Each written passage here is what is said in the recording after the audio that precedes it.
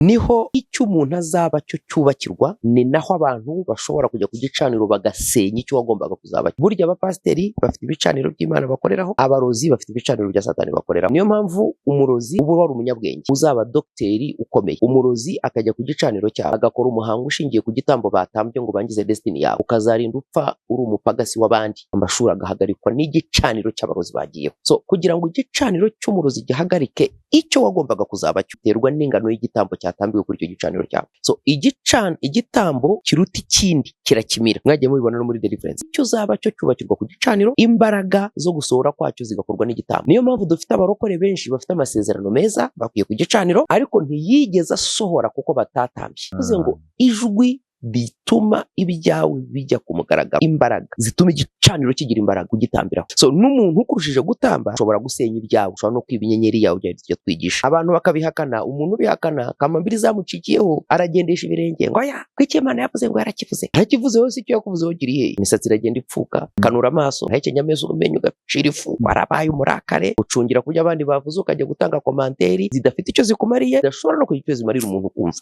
Ese koko karandi baho umuvumo wokama abantu, ubukene, gukenyuka, inyatsi, icyangire, ubugumba biva ku mubi? Ese koko ibyaha nibyo nyirabayazana? Ese koko isi y'umwuka ibaho? Abamarayika, abadayimoni, abazimu, ibitambo n'ibicaniro bifite imbaraga, ibitangaza, ibimenyetso, deliverance. Ese byahindura amateka y'umuntu? Sobanukirwa kandi uhindurirwa amateka mu kiganiro Ukuri guhesha ubugingo na Apostle Charles. Yesu nashimwe, turabasuhuje mu izina rya Yesu. Abakunda itorero ry'agakiza k'ukuri ndetse n'abakunda iki kiganiro cy'itorero Ukuri guhesha ubugingo, turi kumwe n'umubyeyi wacu nk'uko mumubona, namwe turabakiriye cyane. Rakoze Rodrigue. Yego. Kandi ni ukuri murasa neza as always. Ibintu mbyiziho. Ariko namwe nuko mutari muri kamera. Abana maze kubasiga inzobe. Bari ikintu nkundira inzobe. Biravuga ngo Dawidi yari umusore mwiza ngo w'inzobe. So abantu b'inzobe ndabashubije mu izina rya Yesu. Amen. Abantu b'inzobe nanjye nagiyemo. Arambwiye ngo ushaka kuba ngo uri umusore muremure ngo w'ibigango. N'ubundi. Ariko ibigango rawe bite. Yego. Turabakiriye rero mu kiganiro cyacu. Aho tugiye kongera kwiga n'ubundi ibindi bintu bibasha guhindura ubuzima bwacu n'ibisanzwe. Ikiganiro cy'ubushize abantu baragikunze, ubona ko gifite comment nyinshi, abantu bigiye ibintu byinshi cyane bitandukanye. Nanashishikariza abantu utarakibona, ni ikiganiro giheruka cyigishaga ku iterambere ry'abakristo. Yego. Ni ikiganiro kirimo inyigisho nziza, iri rich kandi ikomeye cyane. Amen. Turanabashimiye, ni ikiganiro cyiza cyane. Amen. Cyaratwubatse. Amen. So turashishikariza abantu gukora subscribe. Buryo ukoze subscribe, ibiganiro byose dushyizeho uhita ubibona, tutarinze kujya gushakisha cyangwa ngo kigusige uzakirebe nyuma. Yego. Ni byiza ko wakora subscribe kugira ngo ibiganiro bajye babibona byihuse. Harya ukoze subscribe ugakanda akazogera byungura iki? Iyo ukanze akazogera no kwanga uvuze ngo mujye mumenyesha n'igisohoka. Yego. Iyo ikiganiro gisohotse bahita bagwa notification. Okay. Kahita ukanda ugatangira nacyo. Uyu munsi rero no gushishikariza abantu ko yego kubamenyesha ko comments zose bandika ndazisoma. Zose. Yego. Zose. Ndazisoma. Niyo nta gusubiza ndazisoma. So niherereye hari igihe mfata umwanya wo gusengera ibyifuzo mwashyizemo, ariko n'abantu bashima bagashima bakaappreciating ibyo twigisha. Yego. Nabo batwongerera imbaraga zo gukora uyu murimo tunezerewe. Amen. Harimo n'umuntu umwe cyangwa babiri we buri kintu cyiza cyavuzwe cyose abandi bose bashimye we akivuga nabi. Baramubonye. Ariko niyo yandika muri comments ze ubona ko yandika binamugoye. Ushaka kuba atazi no kwandika neza. ndashaka kumubwira ngo niyoroshye, niyoroshyemo. Iyo umuntu ashaka kwiga yemera kubanza kurekura ibyo yari azi. yego. Hari igihe ushobora kugundira ikintu utekereza ko ari ukuri kandi ari ikinyoma. Ntugire umwuka wo guhangana na buri kintu kije, yego. ahubwo uvuga uti se hari ukuri kukirimo. Hari igihe ushobora kuba kujijuka kwawe kuri no hasi ho gatoya, bigatuma utekereza ko ibintu atari ukuri, yego, kandi ari amakosa yawe. Ndashaka kumushishikariza nawe comments tujya tuzisoma, ariko turiho turamusengera ngo Imana imufashe nawe imyumvire yibe myiza, kandi bizamugirira umumaro. amen. Ni ukuri. Ndamureba nkumva mfite agahinda, ariko kera niko twari tumeze.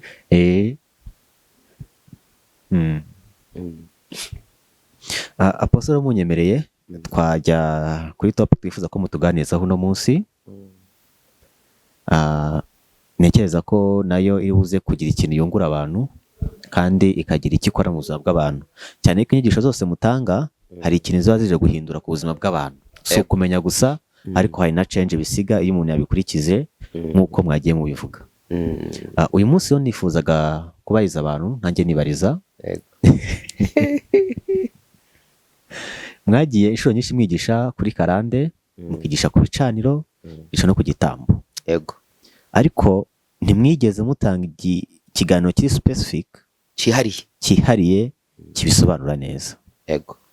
Kandi twagiye tubona abantu bakorewe deliverance, dayimoni akavuga ko batanze igitambo.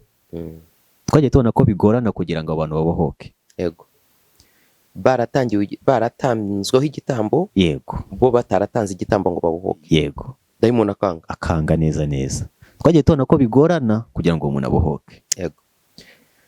Ikindi kintu cya kabiri, twabonye ko iyo ubwiye umuntu ngo ufite iki kibazo, gitangira igitambo. Twabonye ko bihindura ubuzima, kugeza naho abantu batakigira ubwoba bwo guha n'ibintu bikomeye, kuba bazi ngo nibikomera nzatanga igitambo birangire. Yego.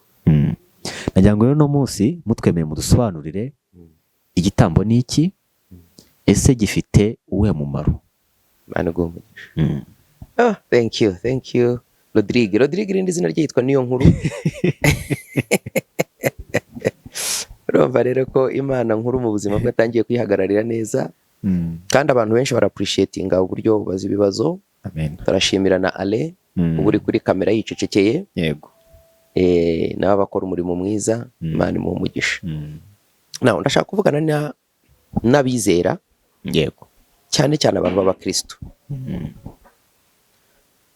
Kiretse nkoze series, ibiganiro ibyigisho by'uruhererekane, yego, nibwo nshobora guhandura ihwa ry'urujijo riri mu mitima y'abizera, yego, bashyizwemo n'abigisha babi batuma ukuri gutsikamirwa, bigashyira abantu b'Imana mu bubata. Cya kabiri, dufite ikibazo cy'abigisha bihinduye aba expert ku bintu byose. Dore umuhamagaro ukuntu uteye. Yego. Iyo Imana ihamagaye umuntu by'ukuri, imuhamagarira kuza gukora akantu gato cyane mu mugambi mugari w'ubwami bw'Imana. Yego. Ako kantu gato cyane wagakora neza, kagahindura ubuzima bw'abantu benshi n'uburyo babona Imana. Yego.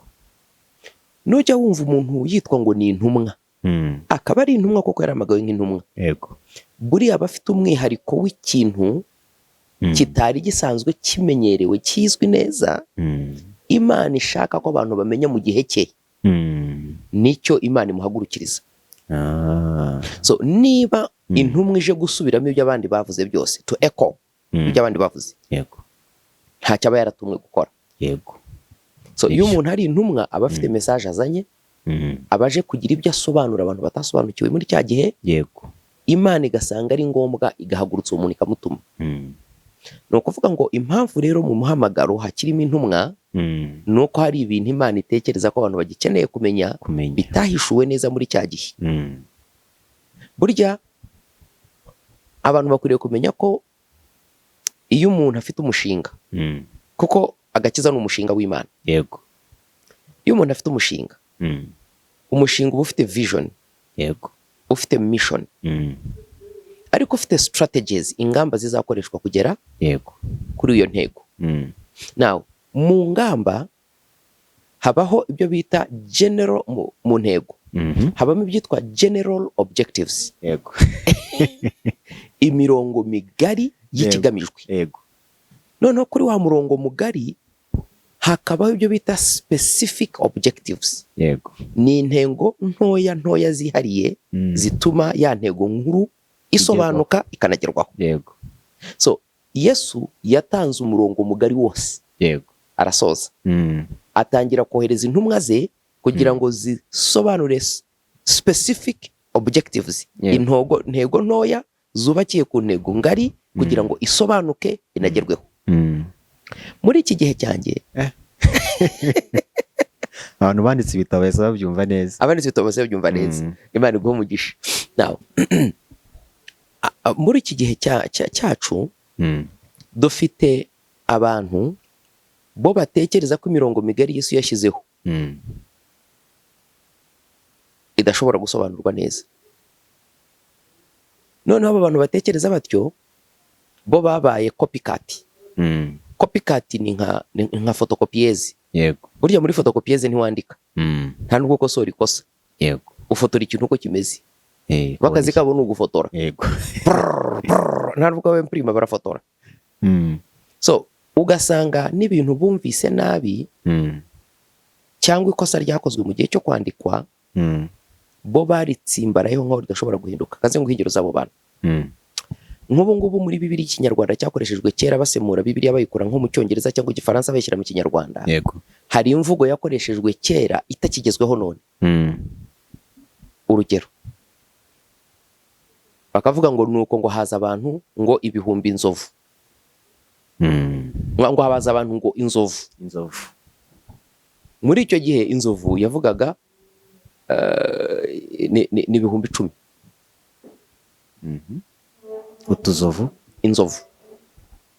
Muri iki gihe rero uhuye na ba barokore b'injiji badasobanukiwe, Mm. uramutse uhinduye inzovu ukayita igihumbi cyangwa ibihumbi 10, Mm. bahita bavuga ngo wahinduye ibyanditswe byera.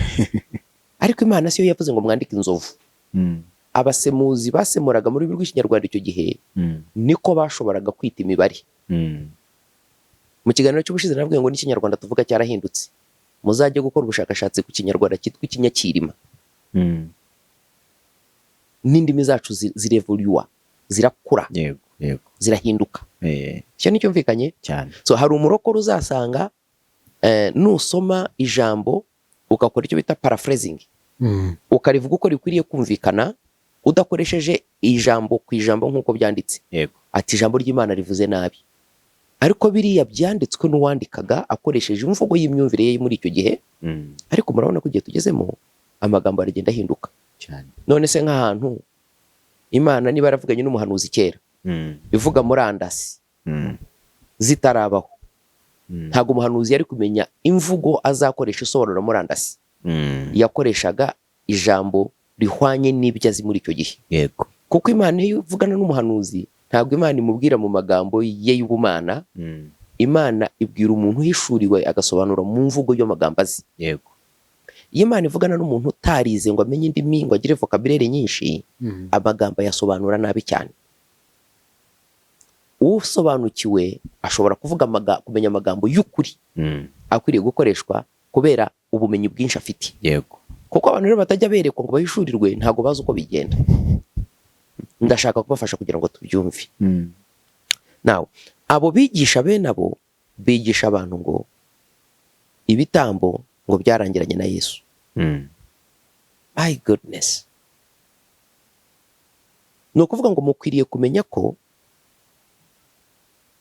urufatiro rw'agakiza ubwako, Yego. umushinga wo gucungurwa, Yego.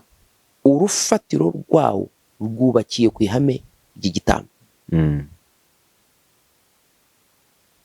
Iyo ushaka kubibona ubibonera mu izina ry'umucunguzi wacu. Mm. Yego. umwami wacu Yesu Kristo yitwa Yesu Kristo. Yego. Amazina ye yombi ntabwo ari amazina asanzwe, ni amazina sobanura mpamvu y'icyo yabereyeho. Yego. Ntabwo ari amagenurano wenda nko mu Kinyarwanda, ariko ni amazina asobanura impamvu Yesu ubwe yaje. Icya mbere, izina ryitwa Kristo. Kristo bisobanuye uwasizwe. Yego. Uw'Imana yasize, imusigiye inshingano runaka zitaravugwa. Izina rya kabiri ni Yesu, bisobanuye ukuraho ibyaha by'abari mu isi. Mu yandi magambo, izina rya Yesu nk'isobanura mpamvu y'impamvu yatumye aza mu isi, risobanuye uw'Imana yasigiye gukuraho ibyaha by'abari mu isi. So iyo akuyeho urubanza rw'abari mu isi, nibyo byitwa gucungurwa. So gucungurwa rero ni iki? Ni igihe wowe wahuye n'intare mu nzira, intare igasimbuka ikagufata, ukirwanaho bikakunanira, ukavuza induru hakabura ugutabara, abandi bahinguka babona ari intare bakiruka bagahunga. Intare yaba igiye kukwica umaze gutakaza ibyiringiro, hagahuruduka umuntu hirya iyo akemera kwiyahura mu menyo y'intare, akavuga ati aho kugira ngo yice uyu muntu iyi ntare, wenda kandwane nayo nge yice ngewe, ariko uyu nguyu mbe mucishije we ye gupfa. So uwo muntu wagukijije intare yitwa umucunguzi, kuko yabujije ubuzima bwawe gupfa. Wa wundi wakize wavuye mu mikaka y'intare akitwa uwacunguwe. So icyo gikorwa cyo kwemera kwitanga mu cyimbo cy'undi ni ukwitangaho igitambo, kugira ngo upfe mu cyimbo cy'undi, kugira ngo urupfu rwawe rubuzanire kubaho. So ni ukuvuga ngo rero gucungurwa kw'abantu kwari kubakiye ku ihame rivuga ngo igihembo cy'icyaha ni urupfu. So abantu ntibashoboraga gucungurwa hatagize ubapfira. Yesu niyo mpamvu yavuze ngo yabaye igitambo. Ubwe ni iki? Igitambo. Iyo hatabaho igitambo nta gucungurwa kwari gushoboka. Mwaho mukibonera ko igitambo cyari gikomeye kugira ngo umuntu acungurwe, igihe iminsi yo kujya ku musaraba yari yegereje kwa Yesu. Ijoro rimwe yasenze nka gatatu, ageraho abira n'ibyuya bimeze nk'amaraso. Yari yatinye gupfa.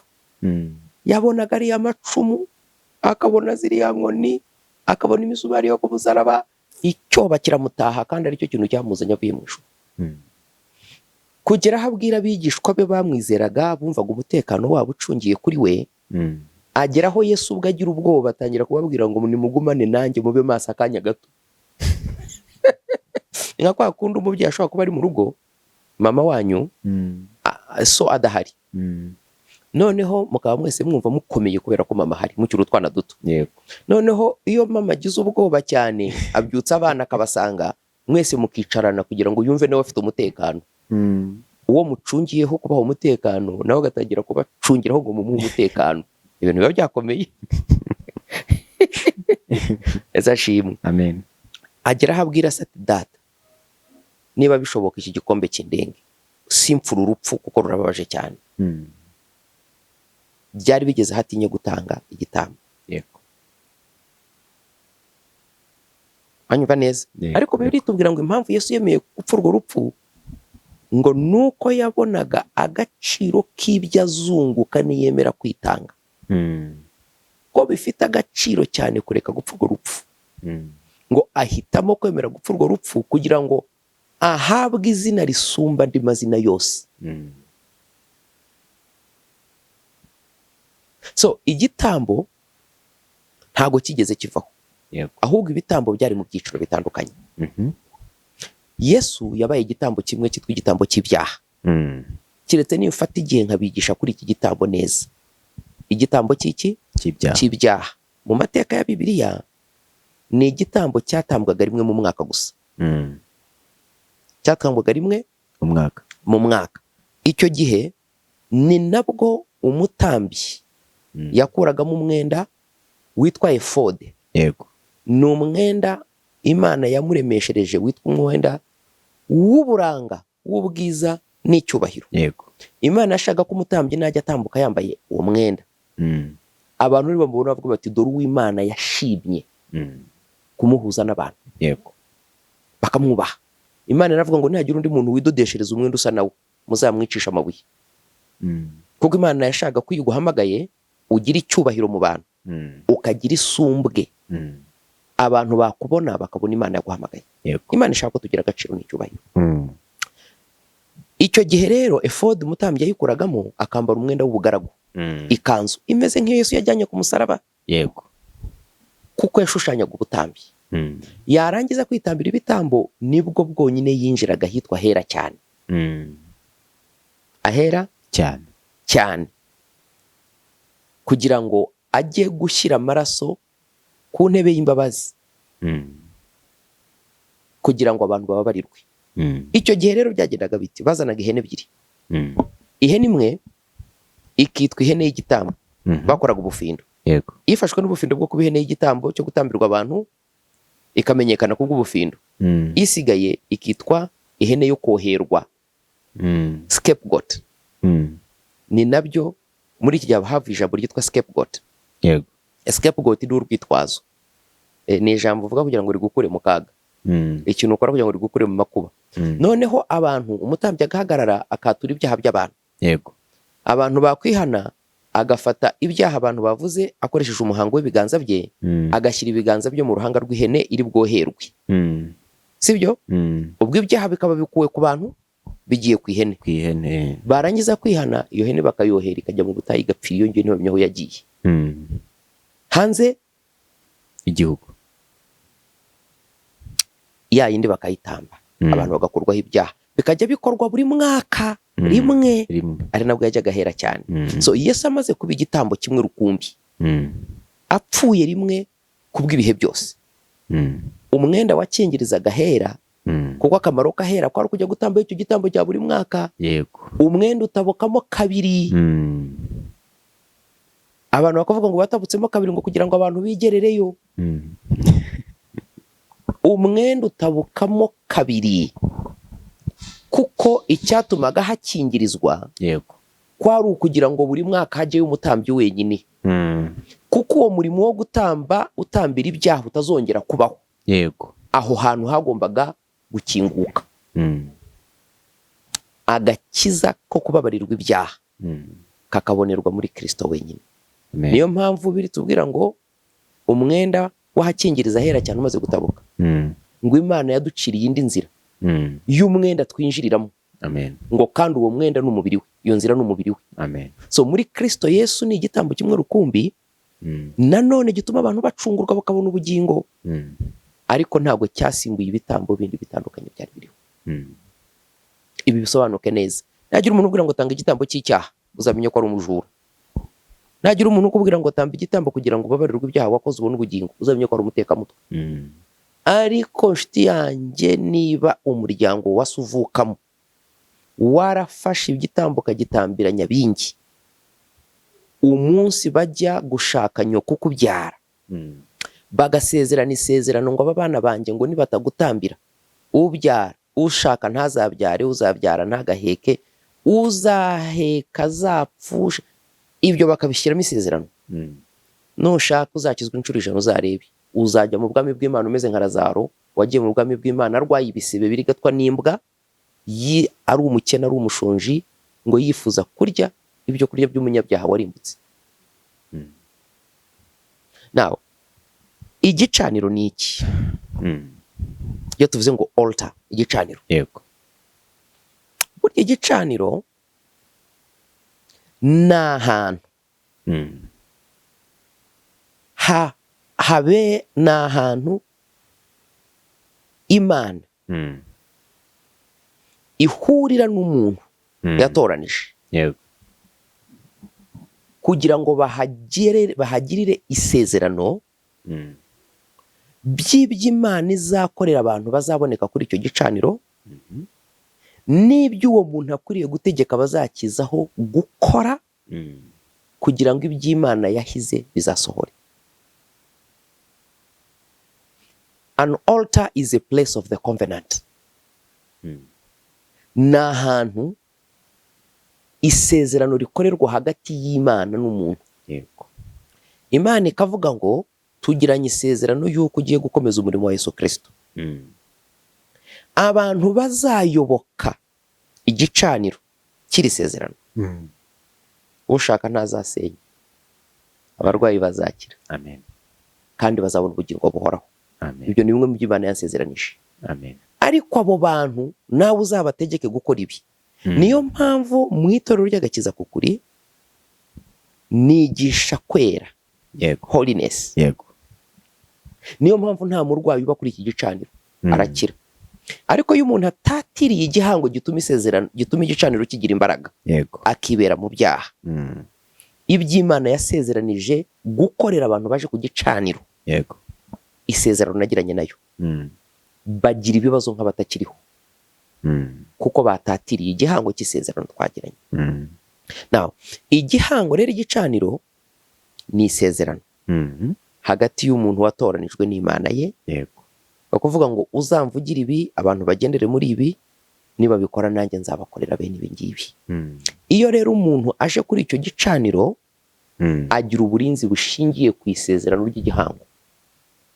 Niyo mpamvu babwira ngo nyoboye itorero imyaka 10 sindapfusha umwizera. Ni insengero zingahe zishyingura buri munsi? Nyinshi. Ko mwahabaye ntimubizi bivuga ndabeshya? Mwari mwabona inshingira umukobwa akaba ingumba, ajya kumara amezi 9 abyara, basa n'abagiye batwite. It's serious. Hari umuntu uraza akamara amezi 3 iwacu nta kintu kirahinduka mu buzima bwe, kiretse iyo yatatiriye igihango cy'isezerano. So igicaniro is a place of the covenant. Now, iyo Imana yagiranye isezerano n'umuntu, uwo muntu aba ategetswe gutangiza icyitwa igicaniro. Yego. Mwivuga butumwa. Icyo gicaniro rero ni igihango hagati y'Imana n'abo bantu. Yego. Igicaniro rero akamaro kacyo nizo mbaraga zihatse isezerano wasezeranye n'Imana, ariko imbaraga z'igicaniro ziba ku gitambo. Iyo ushaka ku igitambo, iyo ushaka ku gicaniro kivugana nawe, Yego. kikagira icyo gikora ku buzima bwawe, Yego. ugitambiraho. So ijwi ry'igicaniro ni igitambo. Yego. Nkuko ushobora kuba ufashe grenade mu ntoke zawe uyigendana, Yego. ariko ikaba ifitemo akantu k'agapini ka kundi ukurura igaturika. Yego. Iyo uyigendana mu ntoki niyo wagenda uhuba ukuboko ngo ntabwo ushobora guturika, ushobora no kuyiterera hasi ntiturike. Yego. Ariko imbaraga zo guturika ngo ubone ubushobozi bwa grenade ni ugukurura ka gapini gatuma iturika. So ubushobozi bwo gutuma grenade ibyara umusaruro w'icyo yaremewe ni ugushinguramo ka gapini. Yego. Sibyo? Nabyo bise neza urugero rumvikana. Yego. So igicaniro ntigishobora kugira imbaraga kugeza gitambiweho. Abantu rero bakavuga ngo abakera ko batambaga ihene n'intama n'intungura, oya batambaga n'ifu. Now, kuki batambaga biriya bintu? Ubukungu bw'igihe cy'isezerano rya kera bwari bwubakiye ku bihingwa no ku matungo. Yego. Yego, nibyo. Nta mafaranga yari ahari. Ibintu wabaga ufite inkoko ukazanga guhima imyumbati ukama inkoko, hari hatarabaye ifaranga. Aho wabereyeho amafaranga rero, ubwo ni amazahabu, gupima kuri za shekeri, gupima ku biro n'iki, uburyo bwo gukoresha ifaranga byo bita legal tender. Yego. Dari ifaranga rwanditseho ngo legal tender. Aka gapapuro ufite mu ntoki zawe gafite ubushobozi bwo kugura n'agaciro kangana gatyo. Yego. Icyo gihe abantu batambiraga Imana ibifite agaciro kurusha ibindi. Mm. Ariko muri iki kinyejana turimo, ibintu byose agaciro kabyo Mm. kabarwa mu mafaranga Yego. cyangwa mu madolari cyangwa mu mayero, ibyo bita karense. Mm. Karense. Karense. Karense. Mm. Amafaranga. Mm. Ubwo sinshaka kuvuga karense na karenti. Yego. Karenti ni nk'umuvumba, umuvu w'amazi. Yego. Iyo umugezi utemba iba ari karenti, Yego. arivamo karense. Iyo karenti rero ubona kwica mu manga ku nkombe z'umugezi. Inkombe z'umugezi nizo ziyobora umugezi aho uca. Yego. Sibyo? Kuko ugenda umyandaringa zenguruka. Izo nkombe zitwa banks. Yego. River banks. River banks. Niyo mpamvu dufite amabanke ayobora uburyo amafaranga abikwa, agera ku bantu, ava ku wundi ajya ku wundi. So bamwe babyita ngo it is the law of water. Ibyo sinshaka ko tubijyamo tube tubyihoreye. Uburyo bita maritime law. Maritime law. Now, kuko rero agaciro k'ikintu kiri mu gaciro kacyo. Ubu ngubu gutambira Imana, agaciro k'icyo watambye kagenwa n'ingano y'amafaranga watambye. Yego. Cyangwa agaciro k'ikintu watambye, niba ari inzu nk'iyi, kugira ngo tumenye agaciro kayo tumenye amafaranga igura. Yego. Twemeze se? Yego. N'umukobwa wawe rwose iyo bamukoye inka nyinshi urishima, ariko bazibara mu mafaranga. Na kaminuza nziza zishyura amafaranga menshi. Yego. N'akazi keza nagahemba amafaranga menshi. Sibyo se? Yego. Na kamera nziza nigura amafaranga menshi. Buriya mu buzima bwanjye uzajya nko ku masoko amwe usanga hari isoko ry'imbere mu isoko. Yego. Hakaba n'abandi bacuruza hanze y'isoko. Yego. Bacuruzaho kuri makeya, ntago njya ngurira hanze y'isoko. Ndemera ngahendwa nkajya imbere mu isoko. Kuko ntekereza ko wabashije kubona ikibanza mu isoko, ari nawe ufite igishoro cyo kurangura ibintu bikwiriye. Yego.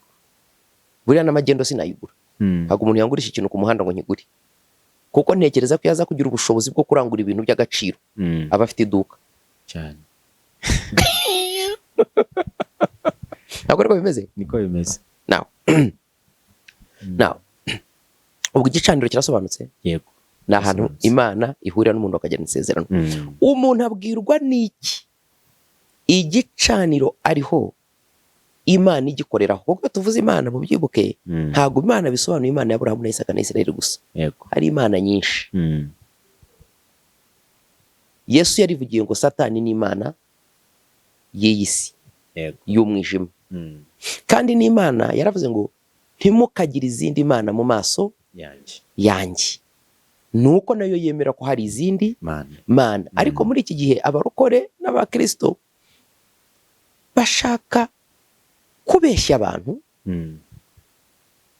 kugeraho abantu bafite amakuba kuko bananiwe kwemera ukuri. Reka nze nkubaze, niba Imana amasezerano yose avuga ngo nunkurikira uzaba umukire, wowe ukaba uri umukene, ninde wagushyize mu bukene? Bamwe bazavuga ngo ubwo ntuyikurikira neza niyo mpamvu Imana iguhana. Hari abantu bakiranukira Imana ariko bafite ubuzima bubi cyane. Abantu benshi barapfa bakinyutse. Ubu naza kuvuga ngo intambara ziri kubera hano, abantu bari gupfa ngo ubwo ni umugambi w'Imana. Satani akora umugambi kandi akawusohoza cyane. Mwibuke Daniel igihe yasengaga yiyirisha. Yego. Bibiliya tubwira ngo agitangira gusenga uwo munsi Imana yamwohereje igisubizo. Marayika akizana aturutse mu ijuru. Ngo ageze ku kirere cy'igihugu cy'Ubuperesi, ibicaniro by'Ubuperesi bifata marayika w'Imana biramuzirika, kumara iminsi 21 ari muri gereza. Marayika uturutse ku Mana. Yego. Kugeza aho Imana yoherereje umusada, umugaba w'ingabo zo mu ijuru bari umanuka, Mikayeli. Yego. Bararwana, ntabwo ari ibintu byo kuvuga ngo aleluya amen. Burya Yosefu ujyumva nako Daniel yumva avuga ngo turakora ngo the Daniel fast, 21 days of Daniel fast. That's useless.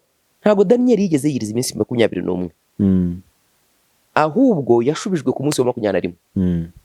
we yari yiyemeje kuba imbere y'Imana kurinda ashubijwe. Yego. Iyo aza kuba ku munsi wa 10 yaracitse intege akagenda, Imana itarohereza ubundi butabazi, Yego. igisubizo yashaka nticyari kumugeraho, cyari gufatirwa mu kirere. So niba hari abantu, hakaba hari ibiremwa bishobora guhagarika icyo Imana yakoherereje, bigafata marayika bikamushyira muri gereza, Yego. ibyo biremwa bifite imbaraga kuruta n'abamarayika. Ibyo biri ku rwego rw'Imana. Naho niyo mpamvu cyagiye nigeze kubigisha n'abagana nti hari uburyo abantu abakristo bangije ubutumwa twakiriye. Yego. Nk'ubu ngubu abakristo baravuga ngo ni idini riri monotheistic. Monotheism bisobanuye ngo mwemera ko hari Imana imwe. Yego. Ntabwo abakristo bemera ko hari Imana imwe, kuko Imana yacu ntiyemera ko ariyo yonyine ihari. Oya, Imana iravuga ngo ntimukagire izindi mana mu maso yanjye. Yego.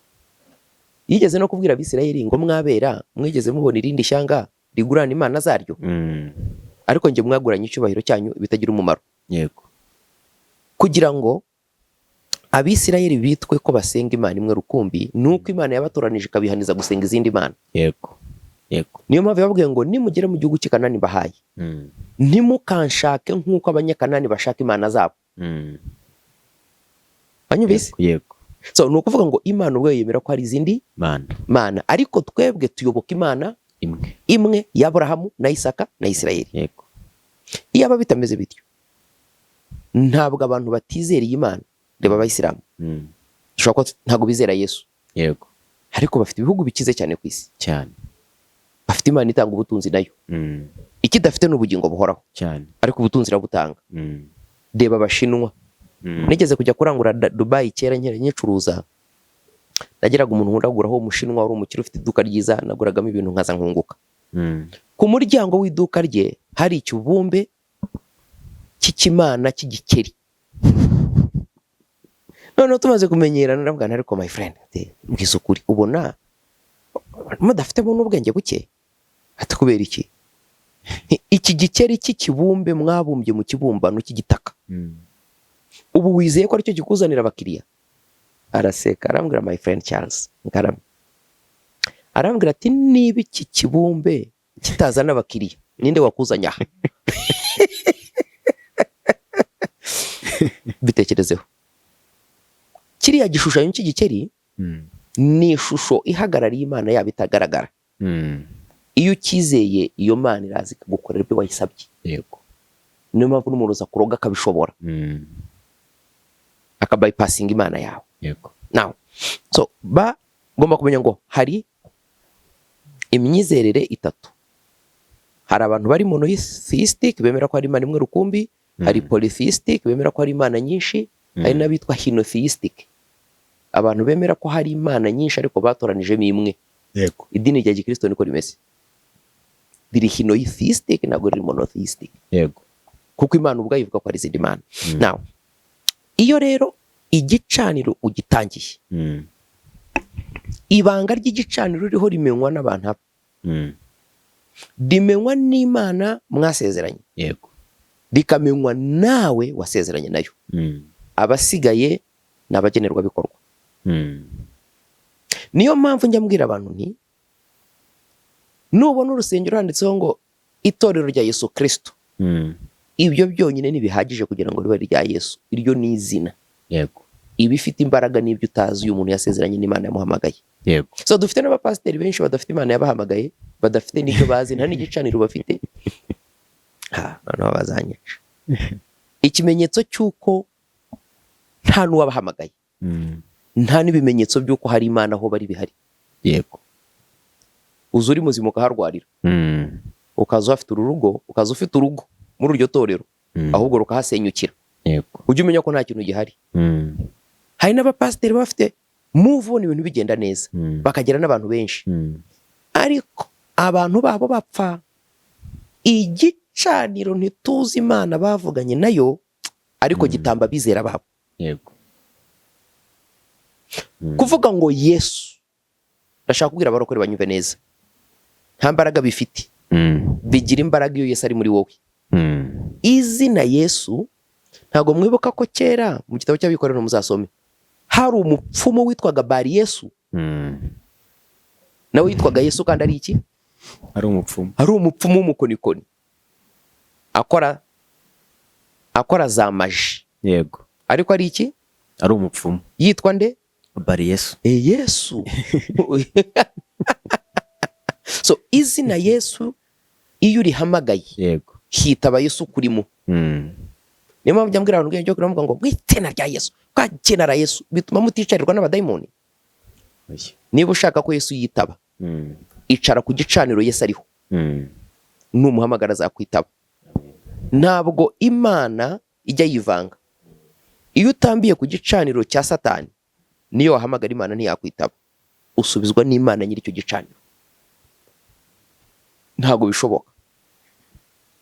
Nujya ku mupasitori ukorera isi y'umwijima, yiyita umupasitori, yego, niyo wavuga Yesu muri urwo rusengero, Yesu ntiyaza. Haza nyiri icyo gicaniro niwe witaba. yego, Niyo mpamvu wabonye igihe Eliya yarwanaga na ntuza n'abahanuzi ba Bali, n'abahanuzi ba Bali, yego, urabona ko bagiye bubatse igicaniro cya Bali, yego, bakagitambira kugera mu masaha 9. Urumva ko bari bananiwe. Isaha ya Eliya yo gutamba igeze, ntabwo yigeze atambira ku gicaniro cyabo, kuko yatambira ku gitambo bubakiye Bali, yari gusubizwa na Bali. yego, Ahubwo ngo yagiye gusana igicaniro cy'Uwiteka cyari cyaranasenyutse. Babanza gusana bushyashya, barubaka, arihangana, aravunika kugira ngo akunde asubizwe na nyiri igicaniro. yego. So igicaniro naho isezerano ryabereye. Iryo sezerano rikubiyemo ibizakorerwa abantu bazakorera iyo Mana kuri icyo gicaniro nk'icyo ngicyo. yego. Imbaraga zituma icyo gicaniro kiguha ibyo wavuze ni ukugitambiraho.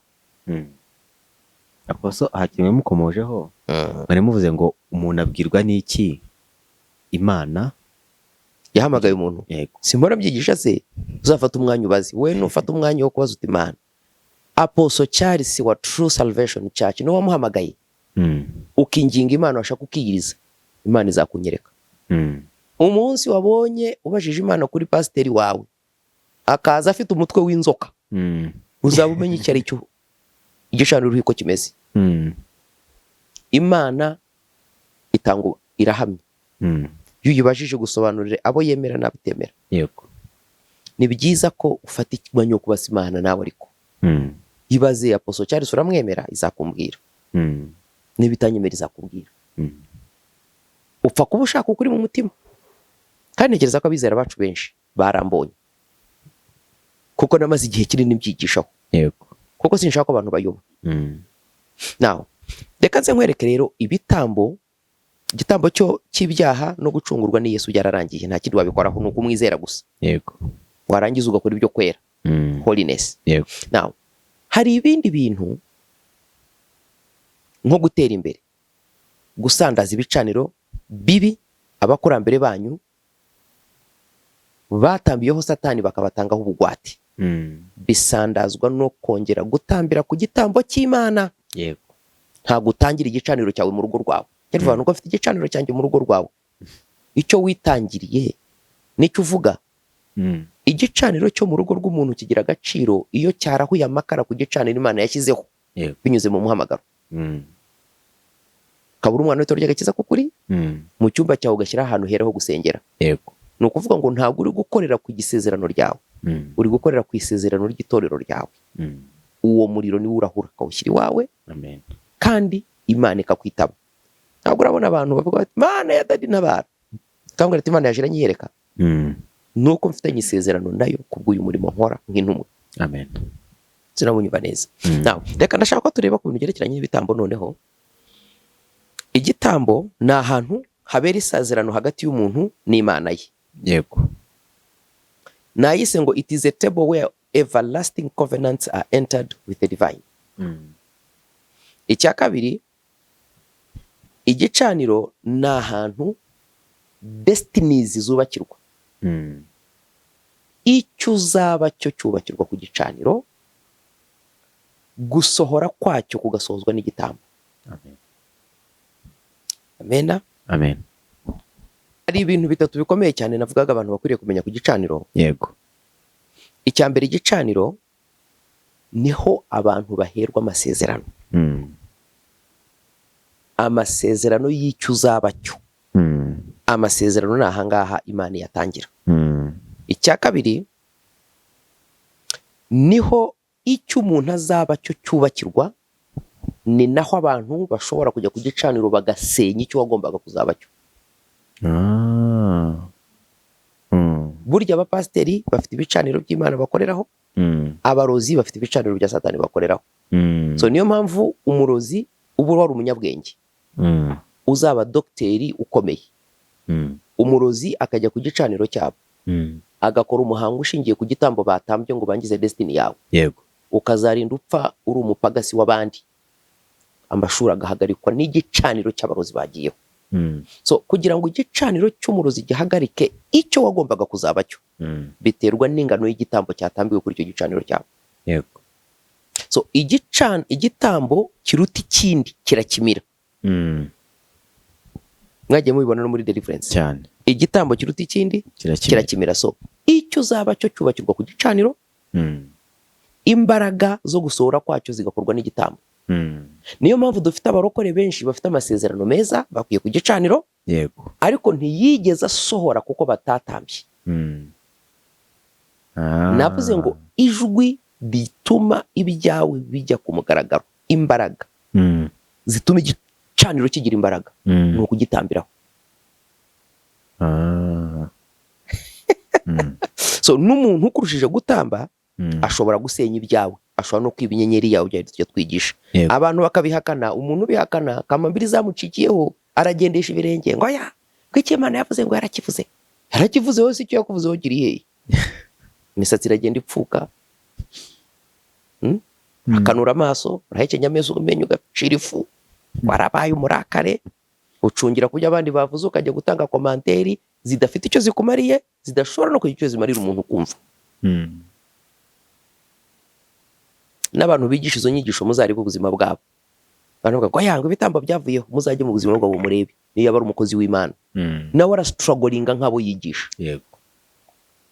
Kubera ko paradigm yahezemo, ntago yamenye ko hari imirongo mito mito, objectives ziri specific. Icya gatatu, igicaniro niho amasezerano nari nanditse ngo it is where covenants are ratified to become binding laws. Igicaniro niho isezerano wahawe, Yego. ku gitambo Imana igateraho kashi, icyari isezerano kigahinduka itegeko ry'iteka. Nimwibuke Imana yari yarasezeranije Aburahamu kuzamuha urubyaro. Yego. Imusezeranya kuzamuha igihugu kinini. Noneho hashira imyaka myinshi, aza kuzabyara Isaka. Yego. Isaka yamubyaye ryari? Nyuma y'imyaka hafi 25 yahawe isezerano, hashira imyaka hafi 25 Isaka ataravuka. Yego. Kugira ngo Isaka avuke byagenze bite? Ni igitambo cyabaye. Aburahamu yari yicaye munsi y'igiti cye, abona abagabo batatu batambuka b'abamarayika, hari harimo n'Uwiteka. Arabahamagara, aravuga ati ndabinginze ba databuja, nimwicare hano mbanze mbabagire. Bamaze kurya bahaze, baramubaza ngo umugore wawe Sara ari he? Baramubwira ati umwaka utaha igihe nk'iki tuzakugarukaho, uzabyara umwana w'umuhungu. Niko yahise abyara umuhungu. Isezerano ryari rihari kumara imyaka 25, ariko icyo gitambo cyo kwakira abantu b'Imana agakora iki? Akiyakibye, akabibaha, byatumye urubugumba buhinyuzwa. Wacyumvise? Yego. Yego. So isezerano ryari hari ku gicaniro Imana yagiranye na Aburahamu. Yego. Ariko imbaraga zo gusohoza icyara amasezerano guhinduka itegeko byakorewe ku gitambo. Hari uvuga ngo icyo si igitambo ngo yarabagaburiye gusa. Igitambo ni ikintu wiyatse wari ukunze, kugira ngo kigukorere gifite agaciro kuruta icyo batanze. Ubwo se yiyatse nkasetse. Icyo si kimwe. Ubwa kabiri nkwereka imbaraga z'igitambo. No kuvuga ngo uyu mwana atangiye gukura, Imana ishaka gukora ikindi gitangaza ibwira Aburahamu ngo genda untambire umwana wawe. yego. Anyumva neza? Ariko iki gihe amujyanye agiye kumutamba, amaze kumushyira ku gicaniro agiye kumusogota, Imana imwereka mbere yo kumwereka intama ngo Imana iravuga ngo Aburahamu ntusogote uwo mwana ngo umwice, kuko ubu umaze kumenya neza kunyizera. yego, yego. Uze kureba amasezerano yamuhaye ngo kubera iyo mpamvu ngo nubwo yubahaga Imana yari ataraba umukiranutsi, yego, ngo kubera uyu munsi icyo ukoze nkiguhwanirije no kuba umukiranutsi. Ubukiranutsi busobanuye guhabwa ubugingo buhoraho. yego. So yagendanaga n'Imana yaramusezeranije ubugingo ariko ntabwo afite, ariko yemeye gutamba umwana we bimuhwanirizwa n'ubugingo buhoraho. yego. Acyumvise igitambo? Nawe abantu bakavuga ngo ariko ngo Imana ngo nubwo we yaragiye kumutamba ngo ariko ntiyamutambye, ngo Imana yitangira igitambo, ngo ubwo bisobanuye ngo Imana niyo yibonera igitambo. Ariko ubu muzamenya Imana ryari n'ibyanditswe ryari, ko byanditsemo kuki mutabisoma. Ngiye kubabwira impamvu Isaka atari we wabaye igitambo ngo bamwice. Icyatumye Imana yohereza Aburahamu kujya gutamba Isaka, ndashaka kukibabwira mu kimenyi. Adamu akimara gukora ibyaha, ubutware bw'isi bwagiye mu maboko ya Satani bwose. yego. Kugira ngo Imana izohereze umucunguzi acungura isi, yagombaga kugira icyo bita a foothold. Yagombaga kugira agataka gato katari mu maboko ya Satani, yego. kazaba icyicaro kizagurirwamo ubwami bw'Imana kurinda ategetse isi yose. yego. So igihe Aburahamu nk'umuntu wa mbere sekuruza w'abizera, yego. niwe wagombaga gutamba igitambo n'amaboko ye, igitambo cyo kugura ku gataka Yesu azacunguriramo abantu. Niyo mpamvu Imana yabwiye Aburahamu ngo zamuka ujyane uwo mwana wawe w'ikinege ujye mu gihugu cy'i Moriya, nuko bivuga, mu gihugu cy'i Moriya ku musozi nzakwereka. Mu gihugu cy'i Moriya cyose hari umusozi umwe nzakwereka, untambireho uyu mwana wawe. So uwo musozi wabonywe n'abantu batatu. Uwa mbere ni Aburahamu watambye igitambo cya mbere cyo kuheza ngo Imana ihigarurire. I Moriya umusozi bamweretse ni umusozi wubatseho umurwa w'i Yerusalemu uyu munsi. yego, yego. Uzabaza abantu bajya mu nzinduko n'abaza amateka ya Isirayeli, uwo musozi mu gihugu cy'i Moriya witwa Yerusalemu. Umuntu wa kabiri wawubonye yitwa Dawidi. Rega ibyanditswe turabizi, ibyo tuvuga turabizi, Imana yaraduhamagaye.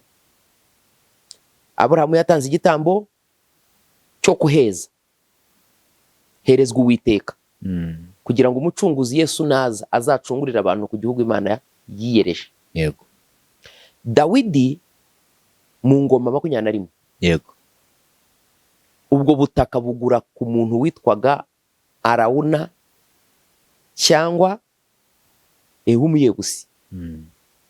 Samweli wa kabiri, ngoma za kabiri za mbere 21, bamwe bamwita Orunani cyangwa Arawuna, ushobora kuba ari amazina ye yombi.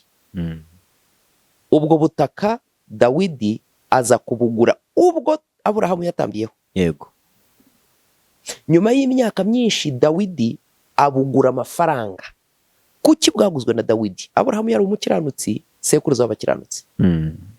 Dawidi niwe wari umwami, ingoma yizicarwaho n'umwami Yesu ategeka. Ahagura amafaranga ubu ngubu afite agaciro k'ibihumbi 400 by'amadolari. Shekeli 60 kuzapima, ibihumbi 400 by'amadolari. Ubu ku giciro cy'ubu 2026. Ubu ngubu muri rusange igarama ry'idolari rya gold zahabu riri ku madolari nka 60. Ku bipimo bya shekeli by'icyo gihe. Banyumva neza? yego. Ibihumbi 400 by'idolari. Ariko amaze gutamba icyo gitambo kuri Orunani, amaze kugura ubwo butaka, yabwiye Orunani yashatse kwamuhera ubuntu. Dawidi aramubwira ati nshobora gutambira Uwiteka Imana igitambo ku bintu umuntu yampereye ubuntu, ndabigura. Iyo wenze ubutunzi bw'undi muntu ukabutambiramo Imana igitambo, Imana isubiza wa muntu. Hari umwizera wacu uretse kumpamagara, hari abantu nabwiye baje mu itorero ryacu batabyara, mbasabira umwana w'umuhungu, ndavuga ariko muzashaka igitambo mugitambira Imana, Imana iraza gukingura uyu mwaka mubyare.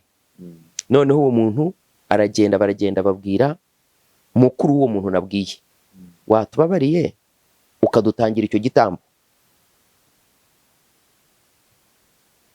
Afata amafaranga ye abatangira igitambo, uwo mwaka bari usama. Yavuga ngo ati dade nasamye umwana ntashakaga nari naracuze, atariko nibutse aho byavuye, watumye abantu ngo bitambira igitambo ko bamaze imyaka myinshi batabyara, kwimana irubaho umwana. Yego. Ati baraza barampendahenda, ndafata amafaranga ndayabatambira, maze kuyabatambira icyo uko kwezi ngusamamo. Ati nza kubabwira ngo murabona ibyabaye, mutumye ntwita atari ngombwa. Igitambo ni ikintu kiva kuri wowe kikubabaje, dore ukuntu igitambo kiza ukimenye. Ni ikintu gifite agaciro ku buzima bwawe wumva udakwiriye kwiyaka, utanga kuko icyo ukeneye ku Mana gifite agaciro cyane kuri wowe kurusha icyo watanze.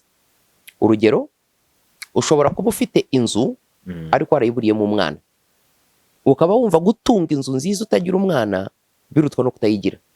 Ukaba urushaho kwiyaka inzu nziza wari ukunze yaguhenze, kanyitambira umwana kanyitambira Imana kugira ngo nzabone umwana.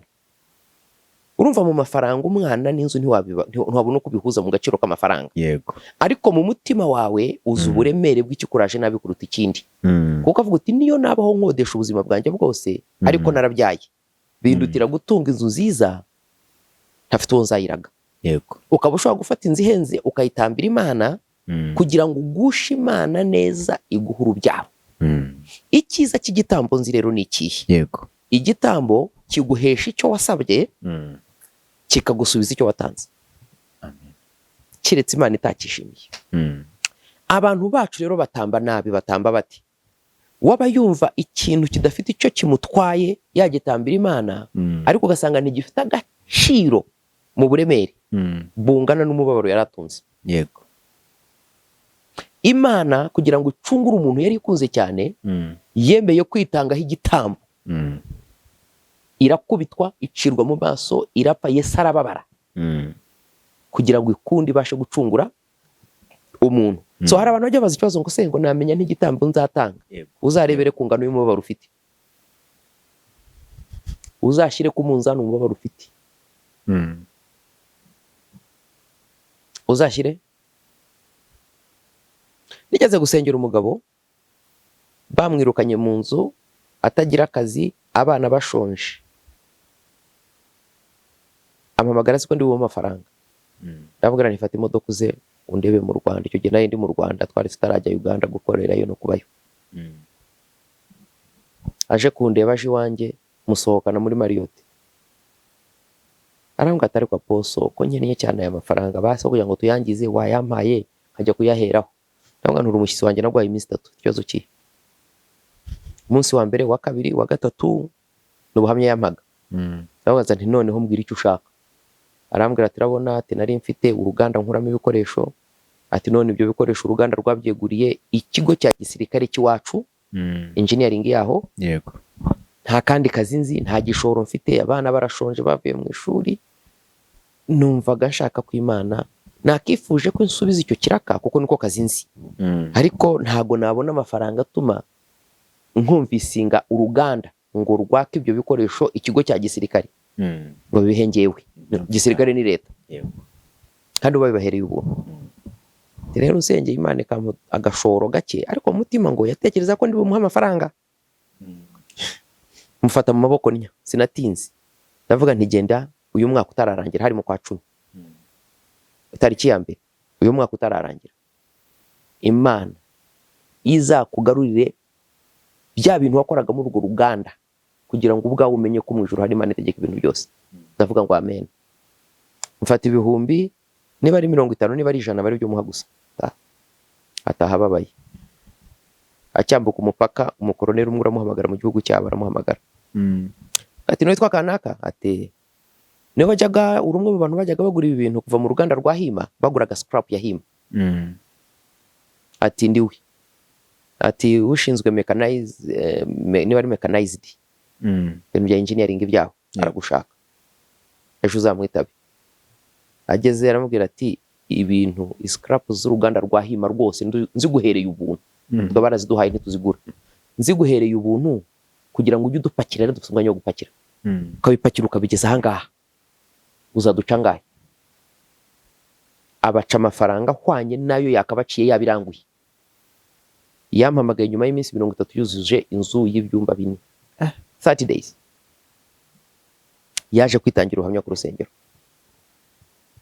Icyo gihe aranezeza, araza atambira Imana igitambo, atura ituro, Imana iramuzamura mu myaka 2 yari yamaze kuzuza amazu 3, harimo n'inzu y'ubucuruzi, amaze guhindura imodoka 2, afite ubushyo bw'inka, kabira n'inka, muziko nikundira inka. Buri uko nageraga icyumba ndaramo, ibiryamirwa byanjye nta wundi muntu ubikoresha. Igitambo. Murabona umugore wabyaye umwana atashaka ko rubatambye. Yego. Kandi mumaze kubona abantu benshi kubw'igitambo ukuntu ugenda ubuzima bwabo. Yego. Now, igitambo ndashaka kongera nkibereka ikindi gihe. None kandangiza hariya Dawidi igitambo niwaguza ubwo butaka. Yego. Salomo ahubaka urusengero rw'i Yerusalemu na bugingo n'ubu. Kuri wa musozi wa Moriya, Imana yeretse Aburahamu. So icyo gitambo cyari kigamije iki? Cyari igitambo cyo kugura agataka gato y'ubwami bw'Imana buzubakwaho ku isi, kuko isi isigaye yari mu mwijima, kugira ngo Yesu azahatangirira umurimo wo kubohoza iyi si ayibohoreza Imana. Azagaruka aje gutegeka. Amen. Urashaka kwemera ko nkubwire ibi bitambo ukuntu bikora kugira ngo urebe? Shaka ikintu kigufitiye agaciro ugitambira Imana, ushaka igifite agaciro mu buzima bwawe kuruta icyo ngicyo, urebe ko Imana itazabikora. Buriya watanze n'igitambo Imana ikagishima, urarubonye igitangaza cyangwa Imana igusura iryo joro, ntabwo ushobora kurenza umunsi. Ariko igitambo kidafite icyo kimaze, nta nubwo ushaka kumenya ko ari icyabaye, wagira ngo cyaguteye umwaka. Nta muntu ndabona watambye igitambo gikwiriye ngo aratamwe igitangaza. Either haba ikintu kidasanzwe mu buzima bwawe washakaga, cyangwa Imana ikagusura ikakubwira ngo ikintu none mwe kugikora. Kambere ku rundi rugero rwo gutamba.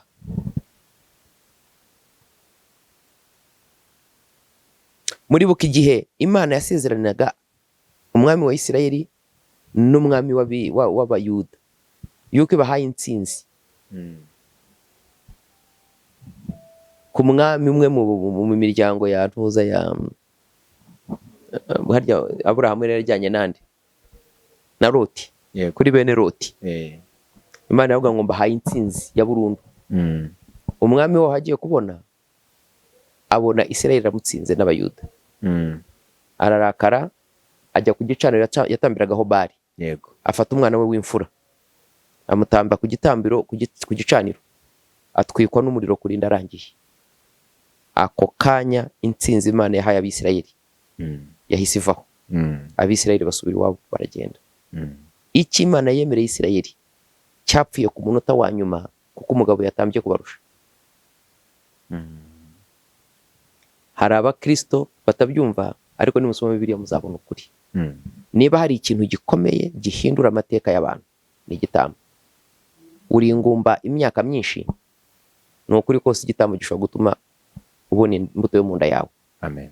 Umaze mu gihe kinini ubukene, iterambere ryaranze, cyangwa hari umuntu wakuroze byaranze, koresha ibanga ryo gutambira Imana. Ibicaniro by'iwanyu bituma mutubaka, bituma mudashaka, bituma mudatera imbere. Ibanga rikomeye ni igitambo. Igitambo niho isezerano wahawe kera bihinduka impamo, Imana ikarishyira mu gikorwa. Amen. Imbaraga z'igicaniro ni igitambo cyatambiweho. Amen. Apostolo murakoze kuri iki kiganiro cyiza. Reka tunibutsa abantu ko ku itariki ya mbere z'ukwezi kwa kabiri, Yego, church zatangira, zayifunguye, abantu bashobora guterana physically Kampala. kabisa. Abantu bari Kampala, bari Uganda, mwese ndabararitse. Namwe muri bihugu bitandukanye mushaka kubona Imana, umugisha w'umunsi wa mbere, Yego, muze muwufate. Ikiganza kizaba kirambuye gitanga, imbaraga z'Imana zizaba zihari. Kandi hasigaye utuntu dukeya. Turashimira abantu bamaze iminsi badutera inkunga Yego, iyo kudufasha gutunganya urwo rusengero. ibintu hafi ya byose bimaze kurangira, dusigaje amatara y'ubwiza yego niyo tutaragura. Dukeneye televiziyo enye, screen enye yego zifite puse 55 ariko inziza cyane dushaka ni zifite 85 puse 85 ariko ziri digitali, yego ziri digital. Niba wumva iki kiganiro ukuva ukwiriye gushyigikira itorero ry'agakiza k'ukuri, ahantu kansa zikirira, indwara zikomeye zikirira, abantu bavira mu bukene, abantu benshi bari kubonera ubugingo buhoraho, ukavuga uti ndashaka kwifatanya n'iki gicaniro. Hari ituro rihari, hari nomero iriho ijyaho ituro ryitwa kwihuza n'igicaniro, yego ifatanye n'amasezerano Imana yampaye. Iki gicaniro gikiriraho indwara, yego ifatanye n'iki gicaniro ku ituro ryawe gusa, Imana iragukiza iyo ndwara mu izina rya Yesu. amen. Trust me, wowe bikore gusa. Haravuga ngo ndashaka kumuhamagara, we nubikora ugatanga iryo turo ryawe rikwiriye, ushobora kutugurira screen ya puse 85, si yo kujyana mu rugo iwanjye, si yo kujyana kwa Rodrigue cyangwa Ale, nizabiri mu rusengero kugira ngo ifashe abantu gukurikira, yego kugira ngo mbone nuko sengera abantu bari hanze y'u Rwanda mbabona kuri Zoom. yego Imana yanjye iraza kugukuraho umutwaro w'ikibazo wari ufite mu izina rya Yesu. amen. We nutura iryo turo ryo gukora icyo gikorwa, unyandikire ngo iyi ni ituro ntuye ryo kugura ekra yo ku gicaniro cy'ituro ry'agakiza k'ukuri. yego Kore screenshot inyoreze kuri nomero yanjye, ubwanjye ndaza kukwihamagarira ngo usabire uwo mugisha, kuko uri gushyigikira umurimo w'Imana. Ikindi tubura ni amatara y'ubwiza. yego Ushobora gushaka kutugurira amatara. Hari itara rimwe rya rindi twongera kugura 600 y'u Rwanda, yego itara rimwe. yego Dukeneye amatara nkangahe? dukina amata agera mu 10. Dukeneye amatara hafi 10. Hafi 10 bayita bate? hari yitwa Mared nayo bwiza, aya yaka gutya, hari n'ama moving head. ama moving head. yego kira mama so na nyoko baragukunda. Noneho ama moving head, yego irimwe ryo riri mu 600. yego hari ama moving head akaba n'ama red biratandukanye, ni byitandukanye, hakaba n'ama LED. So ushobora kuvuga uti njyewe na 600 y'u Rwanda, ushobora kuvuga uti iyi Mana ndashaka kuyikorera, hari umutwaro nshaka kunkuraho. We numva ushaka kubikora, utura ituro ryo kwihuza n'igicaniro, uvuga uti